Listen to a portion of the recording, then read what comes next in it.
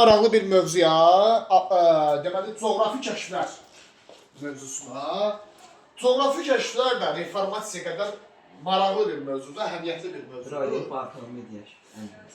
Hə, və burada çox mühüm proseslər var coğrafi kəşflərdə. Niyə? Çünki yeni ərazilərin tapılması da adına gördüyünüz kimi coğrafi kəşflər. Coğrafi nə deməkdir? Coğrafiya, ərazi. Kəşf nədir? Tapmaq. Yəni, yeni ərazilərin kəşf edilməsidir coğrafi kəşflər. Yeni ərazilərin tapılmasıdır. Başa düşdünüz? İndi bir məsələ var. Deyə bilərsiniz ki, yeni ərazilərin tapılması nə deməkdir? Deməli, uşaqlar, bu gördüyümüz Avropadır, düzdürmü? Baxırsınız atlasa, baxın. Ümumi dünyanın xəritəsinə baxın.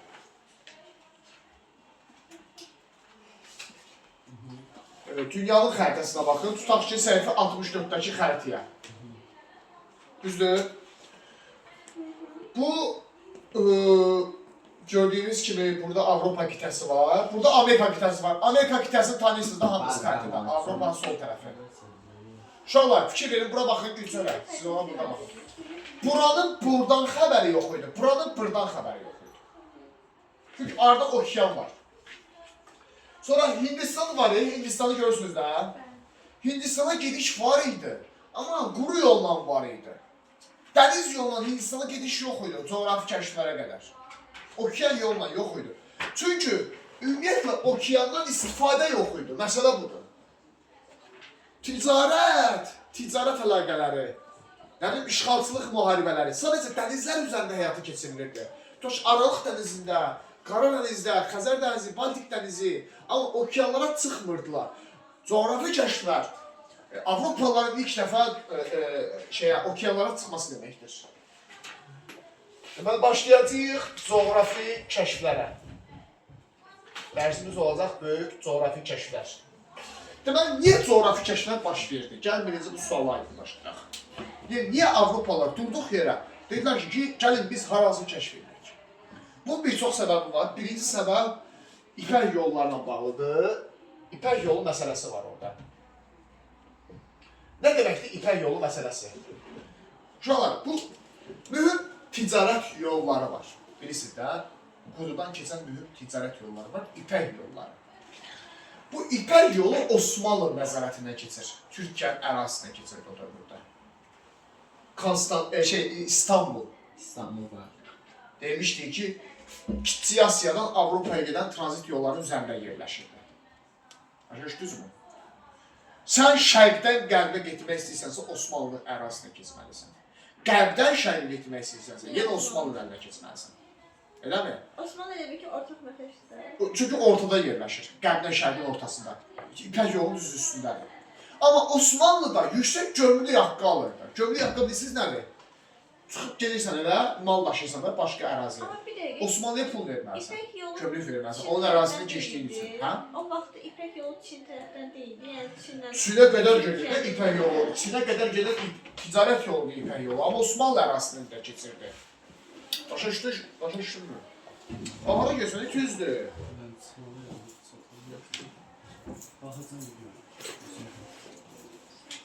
Deməli, indi uşaqlar, mühüm İpək yolları Osmanlı ərazisinə keçirdi və Osmanlı imperiyası belə deyək, yüksək gömrük haqqı alırdı. Digər ölkələrdən, onun ərazisinə keçdiyi üçün, başa düşdünüz? Təsəvvür edək ki, məhsulun qiyməti 100 manatdır, Osmanlı sənə bunun 5 qatını alır. Üstəmizdən keçmə ərazindən, vermə, keçmə. Başa düşdünüz, məcburlar Osmanlıya pulu versinlər. Ona görə də mühüm tranzit yolların üzərindən Osmanlının üzərinə keçməsi, Osmanlının yüksək gömrük haqqı alması Avropa ölkələrini vadar edirdi ki, Avropa ölkələri yeni ərazilər kəşf edəsinlər. Qərb ölkələri düşünürdülər ki, gedək, yeni əraziləri kəşf edək, okeanları kəşf edək. Məsələn, Atlantik okeanını kəşf edək. Osmanlı ərazisinə pul verib keçməkdənsə, gedək Atlantik okeanı vasitəsilə, dəniz vasitəsilə istədiyimiz ölkəyə gedək, heç bir pul verməyək Osmanlı. Başa düşdünüz, ağıllı fikirdir də. Deməli, bir coğrafi kəşflərin səbəblərindən biri budur. İpək yolunun Osmanlı dövlətinin nəzarətində olması. İkinci məsələ, İpək yolunun coğrafi kəşflərin başlamasında ikinci təsir edən əsas amil karavellaların ixtirasıdır. Karavella. Cam deyən. Yelkənli gəmilərdir, karavellolar. Yelkənli gəmi. Deməli uşaqlar, Avropada gəmilər var idi, qədim dövrdən bəri var gəmilər. Amma gəmilər o qədər də dözümlü deyildi. Bu gəmilərlə Avropalılar sadəcə çayda, göldə və yaxud dənizdə üzərirdilər. Amma okeana çıxa bilmirdilər Avropalılar. Çünki okean biraz dəniz kimi deyil də, böyükdür okean. Okeanda fırtınalar çox olur, tufanlar çox olur, düzdür? Ona görə də okeana çıxmağa qorxurdular Avropalılar. Amma 15-ci əsrin ortalarında Avropalılar karavelloları ixtira edirlər. Karavellolar yelkənli gəmilərdir, dəmirdəndir. Həm də karavellanın əsas xüsusiyyəti nədir? Təsəvvür edəsən, külək sənə qarşı vurur. Sən küləyin üstə gedə bilirsən. Başa düşdün? Küləyin əksi istiqamətində hərəkət edə bilirsən. Sən gəmini aşırda bilmir o güclü küləklər, fırtınalar. Bax, bu Avropalıları ürəkləndirir ki, karavellolar var, karavellolar varsa, deməli bizim yelkənli gəmilərimiz var, gəmilərimiz daha dözümlüdür. Biz deməli gedə bilərik Avropa ölkələrində ki, yeni kəşflər həyata keçirək. Başa düşdünüzmü? Deməli, karavellolar ixtirası yeni bir şans yaratdı coğrafi kəşflər üçün. Başa düşdünüz? Sonra, kompasın əldə edilməsi. Mən deyin görüm, kompasın əldə edilməsi hansı hadisənin nəticəsidir? Kompasın əldə edilməsi hansı hadisənin nəticəsidir? Sərb yürüyüşləri. Yadınıza düşür, xaçın yürüyüşləri var idi. Avropalılar şərq ölkələrində yürüyüş eləmişlər. onu. Hə. Avropalılar getdilər, kompası götürdülər şərq ölkələrinə. Götürdülər, kompas tətbiq edildilər. Coğrafi kəşflərin başlaması səbəblərindən biri kompasın əldə edilməsi. Niyə? Çünki kompas qütbləri göstərir. Başa düşdünüz? Kompas sayəsində sən qütbləri müəyyənləşdirə bilirsən, okeanda itmirsən. Bax, bütün bu səbəblər coğrafi kəşflərin başlamasına gətirir çıxarır. Coğrafi kəşflərdə iki aktiv dövlət iştirak edir. Portuqaliya və İspaniya. İki əsas dövlət iştirak edir. Portuqaliya və İspaniya onların səyyahları, çox tanınmış səyyahlar idi. Onlar dənizdə güclü dövlət oldular həmişə. Portuqallarla səyyahlar, ona görə də coğrafi kəşflərdə bu iki coğrafi kəşflər dövründə bu iki dövlət daha vacib rol oynayıbdır.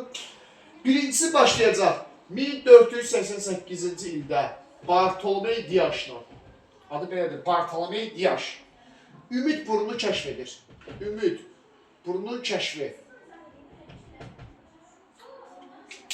Bartolomey Diaş Portuqaliyalı səyyahdır. Tapın Portuqaliyanın xəritədə.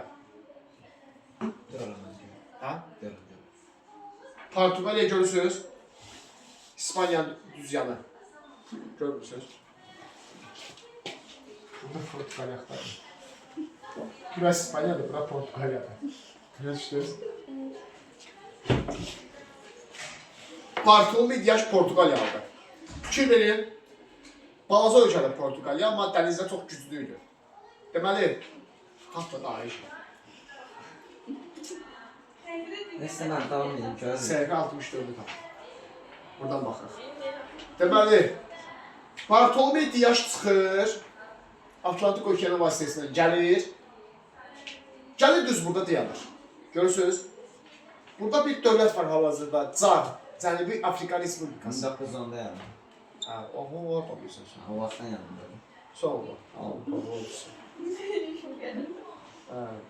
Neyse. Gəlir Cənubi Afrikada dayanır. Burada bir ümid burnu var. Ümid burnu kəşf edilir. Əvvəllər belə gedib burada ümid burnu olduğunu bilmirdilər. İlk dəfə bunu Bartolomey Diaş kəşf edir. İndi öyrənsiniz ki, 1488-ci ildə Bartolomey Diaş ümid burnu kəşf edir. Başa düşdünüz, çətin bir şey yoxdur. Dəniz yoluna gedib burnu kəşf edir. Ümid burnu deyirlər ona. Orada iğnə burnu da var. Xəritəyə baxsız görəcəksiniz, ona yanır.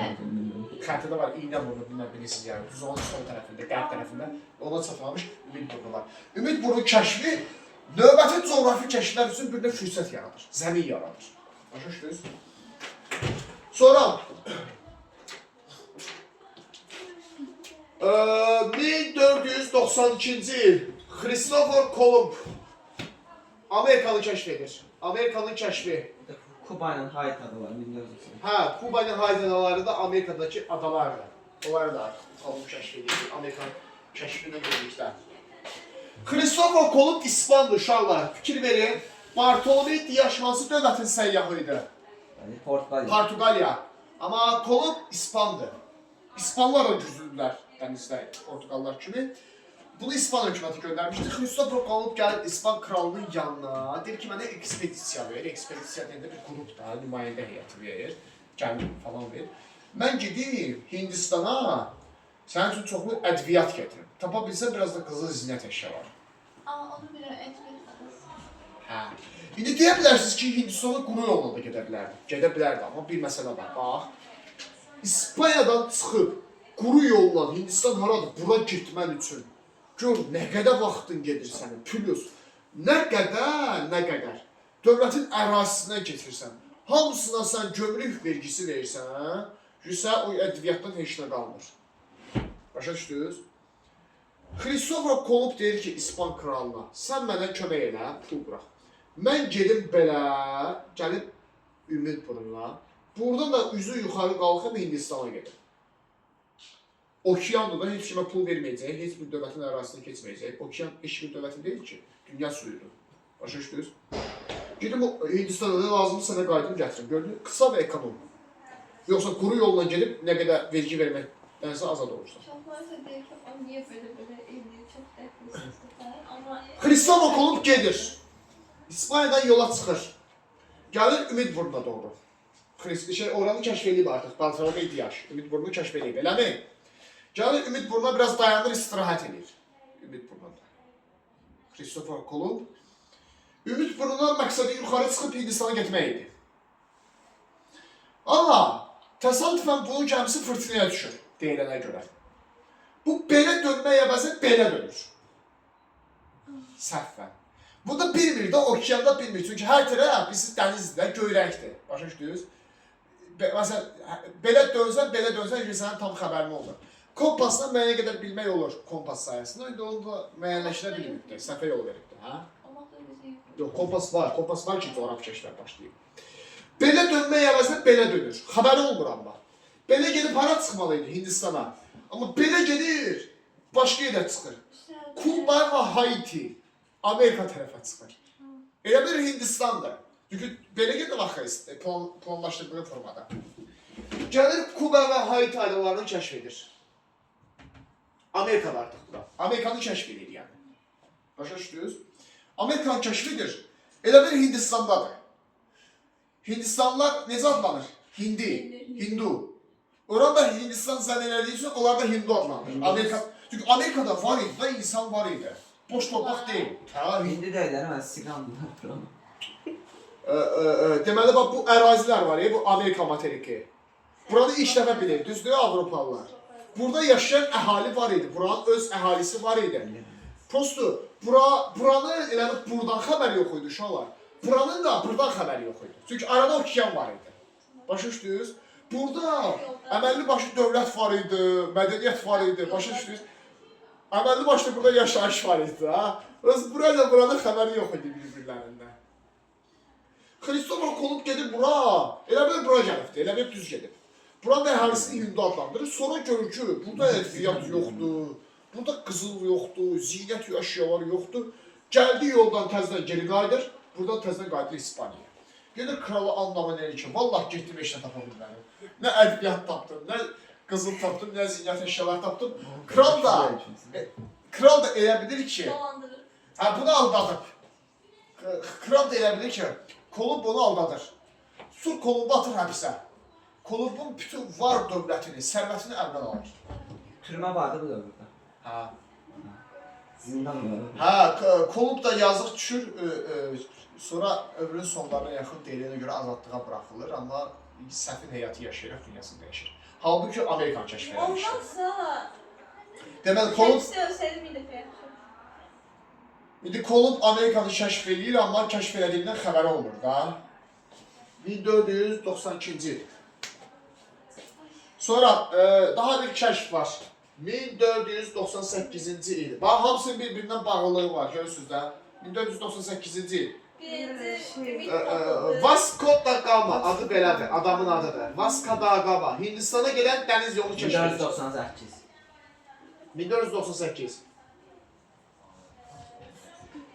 Bu Hindistana gedir. həqiqətində. Neçə il keçib üstündən, Kolumbun üstündən? 6 il. Altı il. Elə 1498 Vasco da Gama Hindistana gedən dəniz yolu tapır. Çox maraqlı biridir. Bu Portuqaliyalıdır. Kolumb İspan səyyahı idi. Kolumbu İspaniya dövləti göndərmişdi. Vasco da Gama isə Portuqaliya dövləti göndəribdi. O da Portuqaliya yeni böyük güclü dövlətdir. Vasco da Gama Kolumba inanır. Vasco da Gama deyir ki, Kolumb əgər hər şey düz planladısa, bu necə gedib Hindistana çatdısa, bu necə gedib Hindistana nəsə tapmaya bilər, ədəbiyyat tapmaya bilər. Vasco da Gama çıxır yola, gəlir Kolumb kimi şeydə dayanır, ümid bunda dayanır. Amma Kolumb kimi səhv dönmür. Bu düz gedir, elə belə də dönür. Düz yuxarı gedir, gəlir çatır Hindistana. Bu həqiqətən də Hindistana gedir, dəniz yoluna ilk dəfə olaraq. Kolumb elə bildi ki, gedib Hindistana, amma getməmişdi, Amerikaya getmişdi. Amma bu həqiqətən də Hindistana gedir ilk dəfə dəniz yoluna. Ona görə deyirik ki, Vasco da Gama Hindistana gedən dəniz yolunu tapdı ilk dəfə. 1498-ci ildə. Başa düşdü? Oradan da sonra qayıdıb gəldiyi yerə. Deyir ki, vallahi getdim Hindistana. Hə, başa düşdü? Düz gedir bu Vasco da Gama 1498-ci ildə. Başa düşdünüz bunu? 1488 Bartolomé Dias Midburnu kəşf edir. 1492-ci ildə Christopher Kolumb Amerikanı kəşf edir. İspan dövləti adından. Yenə Portuqaliyalı səyyah Vasco da Gama 1498-ci ildə Hindistana gedən dəniz yolunu tapır. Sonra 16-cı əsrin əvvəlləri, ili yoxdur dəqiq, yazım 16-cı əsrin əvvəlləri, Amerigo Vespucci, Amerikanı öz adını verib. İtalyan arada Amerigo Vespucci, Amerikanı Testdə düşsə mənə yazılmayacaq. sübut edir. Yazmır. Tanıyacaq kimdir? Niye? Çok rahat. Amerika'nın yeni bir kitap olduğunu sübut edir. Kimin Amerika sözü bunun adından geldi. Amerigo Vespucci. Amerigo Vespucci. Christopher Kolumb Hindistan əvəzinə hara getmişdi səhvən? Amerikaya. Amma oranın Amerika olduğunu bilmirdi. Elə bilirdi Hindistandır. Mən sonra danışılan zaman görmür ki, bunlar ingiliscə danışırlar, Amerikandılar. Ha, bilmirdi də, Hint dilini bilmirdi. Bilmirdi Hint dilini. Christopher Kolumb bilmirdi. Ha, o da düz desən, ondan problem yaratmışdı. Nə dilini danışırdı? Portugal. Hə? Portugal dilində yazın. Yerli xalq, Yox, o dediyimiz səyyah, neyin adı olmaz? Kalın. Kolumb İspan'da. Ha. İspan dövlətin səyyahıydı da. Hint dilini bilsəydi, bilər ki, bu Hindistana gəlməyib. Çünki yerli xalqın başqa dili var idi. İndi, Amerigo Vespucci 16-cı əsrin əvvəli. Bu, Amerikanın yeni qita olduğunu dünyaya sübut edəcək ki, necə? Bu, Kolumba inanır. Etibar edir, o xəritələrindən falan, Toskanelli xəritələrindən istifadə edir. Deyir ki, Kolumb deyirsə Hindistana getməmişəm, deməli getməyibdir. Onda ortaya sual çıxır. Kolumb hara gedir? Başa düşdünüz ki, Hindistana həqiqətən Vasco da Gama getdi 1998-də. Amerigo Vespucci İtalyan səyyahdır amma bu. Bu İtalyandır. Bəyəkçilər Portuqaliyalı və İspaniyalı səyyahlardır. Amerigo Vespucci isə İtalyan səyyahdır. Adını da bilirsiniz, Vespucci. Buradan çıxır yola. Gəlir yenə Ümid burnuna. Hamısı dayanacaq nöqtəsi Ümid burnuna olur. Görürsünüz. Hindistana necə getməlisən? Hindistana necə getməlisən? Belə, burada belə, düzdür? Bunu kim getmişdi? Vasco da Gama. Hindistana gedən dəniz yolu tapmışdı. Bu deyir ki, mən belə yox, bəlkə belə gedim. Bəlkə Kolumb yanlış gedibdi. Amma Vespucci düzdə təxmin edir. Kolumb yanlış getmişdi. Bilərəkdən səhv dönür. Bu istiqamətdə gedir, görür ki, belə bir ərazilər var imiş. Bu ərazilərdən əvvəllər bunların xəbəri yox imiş. Gəlir, görür, burada danışanlar Hint dilini bilir. Görür, bu Hint dilini danışmır. Yəni, nə dillə danışır? Başa düşdünüz? Yox, xalqın öz dilləri var idi, buradakılar. Başa düşdünüz? Orada xalqları var. Azteklər, İnklər, orada yaşayan əhali idi. Sonra qayıdır, Avropaya deyir ki, əslində Kolumb düz deyilmiş, o Hindistanın eşinə tapanmayıb, çünki o Hindistana getməyib. O başqa bir qitəyə gedibmiş, buna yeni bir qitədir. Tapdığı qitəni də öz adına Amerika adlandırır. Yazıq Kolumb tapmışdı. Amma böyle adına qoyuldu. Çünki bu Amerigo Vespucci oranın yeni bir qita olduğunu bütün dünyaya aşkar sübut edir. Və onda bilirlər ki, sən demə belə bir yer var imiş, belə bir qita var imiş. Başa düşdünüz? Olur Amerika qitəsinin adlandırılması. 1516-cı əsrin əvvəlləri, 16-cı əsrin əvvəlləri Amerigo Vespucci adından Amerika yeni bir qita olduğunu sübut edilir. Deməli, Kolumba yazığa zamanında çox haqsızlıq elədilər. Əslində ki, o düz deyilmiş, Hindistan'a getməmişdi. Anlaşım oldu bəs. Çoxdan ölmüşdü. Şəbəxtlər. Yaşayaq. Belə də yaxşılar həmişə Tez olur. səhv həyat yaşayır. Bizlər çox yaşlı, yaşlılar. Bartolomey Diaz bunu kəşf elədi 1488, Christopher Kolumb Amerikanı kəşf elədi 1492. Vasco da Gama 1498-ci ildə Hindistana gedən dəniz yolunu kəşf elədi. Bir də Amerika Vespucci 16-cı əsrin əvvəllərində Amerikanın yeni bir qita olduğunu bütün dünyaya elan elədi. Başa düşdünüz? Qarışdırmarsınız da yəqin bunları. Bütün aşağıda bax. 15 dəqiqə. 10. 47 deyil. Yaxşı. Bitməyib. 1519 1522-ci illər. Magellan. Fernando Magellan. Buna deyirlər dünya səyahəti. Fernando Magellan'ın dünya səyahəti başlayır. 1519-1522-ci illər. Bu da İspaniyalı səyyahdır. Fernando Magellan. İspaniya hökuməti göndərir bunu. 3 illik ekspedisiyasının birlikdə səfəri var. Fernando Magellan'ın. Deməli, Fernando Magellan yola çıxır İspaniyadan. Gəlir bu formada. Məsələn, belə gedir, dünyanı belə fırlanır, belə gəlir, formada gəzir, bu formada gedir, 3 illik səyahət ortası İspaniya qayıdır. Tüfeyli gəzib elə anda. İndi bir sual ortası, bu necə oldu? Deməli, adam bir nöqtədən çıxıb, o biri nöqtədən geri qayıdıb. Bütün dünyanı belə fırlanıbdı o işi. Burada dünya keşf olur. Yox, deməli, dünyanın külə şəklində olduğunu sübut edibdi. Əvvəllər belə düşüncə var ki, dünya dördbucaqdır. Kvadrat formasındadır, belə. Kilsə belə deyirdi, insanlar da buna inanmışdılar. Katolik kilsəsi belə deyirdi. Papadan çıxar o işlər mən. Hə? Papadan çıxar o işlər. Hə. Bu, nəzəri olaraq bəzi filosoflar, bəzi alimlər tərəfindən var idi ki, yox, dünya kürə şəklində ola bilməz. Dünya dördbucaq formasında ola bilməz. Onda sən gedib parmasına dayanmalısan. Amma bunu sübut eləmək olmurdu. Bu nəzəri olaraq var idi bu yanaşmalar əslində. O dövrdə də yavaş-yavaş inkişaf eləmişdi. Amma bunu Fernando Magellan bunu əyani olaraq sübut elədi ki, mən belə fırlandım. Gördün? Heç bir dayanacaq nöqtəm olmadı. Bir nöqtə ətrafında döndü. Deməli, dünyanın kürə şəklində olduğunu bütün dünyaya ilk dəfə sübut edir. Fernando Magellan 1519-22-ci illərdə 3 illik ekspedisiyası zaman özü sağ qayıtmamışdı, özü qaydında yolda ölmüşdü. Amma öz qrupu belə deyək də, komandası sağ qaydanlar var idilər, sağlam qaydanlar və Fernando Magellan dünya səyahəti dünyanın kürə şəklində olduğunu bütün dünyaya sübut elədi. 1519-22-ci illər. Coğrafi kəşflərin ümumi dövrü uşaqlar 15-16-cı əsrlərdə. 15-16-cı əsrlər böyük coğrafi kəşflər dövrü sayılır. Gördünüz bunlardır. Sualı olan, çətinlik olan qaldı mı? Can sağ olun. Bu olur böyük coğrafi kəşflər. Qəşəng öyrənəcəksiniz, testində işləyəcəksiniz. Necə miydi? Coğrafi kəşflərin nəticələri var. Gəlin nəticələrinə baxaq uşaqlar. Coğrafi kəşflərin nəticəsində yeni ərazilər tapıldı. Yeni coğrafiyalar kəşf olundu. Əvvəllər bilinməyən ərazilər var idi, tapılmayan ərazilər var idi ki, həmin ərazilər kəşf edildi, həmin ərazilər tapıldı. Başa düşdünüzmü? Coğrafi kəşflər nəticəsində. İkincisi, coğrafi kəşflərə qədər uşaqlar dünyada ticarət daha çox dənizlərdə həyata keçirilirdi. Coğrafi kəşflərə qədər Xəzər dənizində, Ondan sonra ticarət. Aralıq dənizində illik ticarət dənizdən okeana keçir.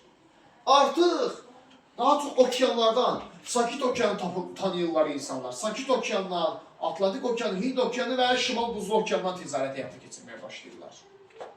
Bu okeanlardan ticarət əlaqələri keçməyə başlayır. Çünki artıq insanlar bütün dünyanı öyrənirlər.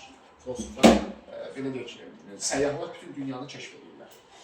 Sonra bir vacib məsələ var, müstəmləkə işğalları. Müstəmləkə işğalları başlayır. Nə deməkdir müstəmləkə işğalları? Yəni, Avropalılar yeni kəşf etdikləri, yeni tapdıqları əraziləri işğal edirlər. öz müstəmləkəsi halına salırlar. Yeni tapdıqları ərazilər. Məsələn, ən çox coğrafi kəşflərdə iştirak edən ölkələr hansılar olub ilk vaxtlarda? İspaniya və Portuqaliya. İspanlar gedirlər, Cənubi Amerikanın hamısını kəşf edirlər. Və kəşf elədikləri ərazidə yaşayırdı da insanlar, burada da adamlar var imiş. Həmin adamlara qarşı qırğın keçirirlər, həmin əhalinin hamısını məhv edirlər, öz əhalisini köçürürlər ora.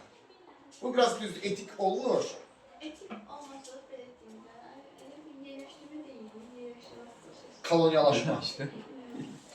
Yerleştirme de yerleştirme. Yo, gedək, bir insan İspaniyadan gedib şeydə yaşaya bilər, tutaq ki, Cənubi Amerika ölkəsində, Argentinada yaşaya bilər, o problem deyil.